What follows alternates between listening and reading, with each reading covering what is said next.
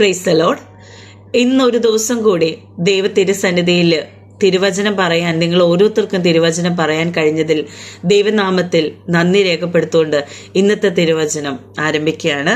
ഇന്നത്തെ തിരുവചനം വിശുദ്ധ മത്തായിയുടെ സുവിശേഷം 6-ാം അധ്യായം 3-ാം തിരുവചനം. നീയോ ഭിക്ഷ കൊടുക്കുമ്പോൾ നിന്റെ ഭിക്ഷ രഹസ്യത്തിലായിരിക്കേണ്ടതിന് വലങ്കൈ ചെയ്യുന്നത് എന്ത് എന്ന് ഇടങ്കൈ അറിയരുത്. രഹസ്യത്തിൽ കാണുന്ന നിന്റെ പിതാവ് നിനക്ക് പ്രതിഫലം തരും. ആമേൻ.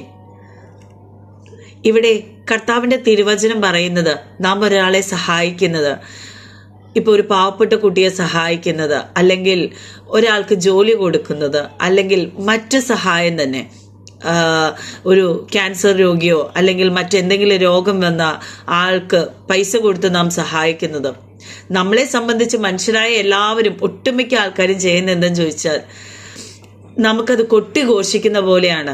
FBയിൽ ഫോട്ടോ ഇടുക, അല്ലെങ്കിൽ വാട്സപ്പിൽ സ്റ്റാറ്റസ് ആക്കുക, ഇതൊക്കെയാണ് നാം ഓരോ മനുഷ്യനും ചെയ്യുന്നത്. എന്നാൽ ദൈവത്തിന്റെ തിരുവചനം പറയുന്നത്, ഇവിടെ നാം കൊടുക്കുന്നത്, വലങ്കൈ കൊണ്ട് കൊടുക്കുന്നത് ഇടങ്കൈ അറിയരുത് എന്നാണ്. അത്ര രഹസ്യമായിരിക്കണം. നമ്മുടെ പേര് ഇവിടെ പറയുന്നത് കൊണ്ടൊന്നും ഒരു മുഖ്യതയില്ല.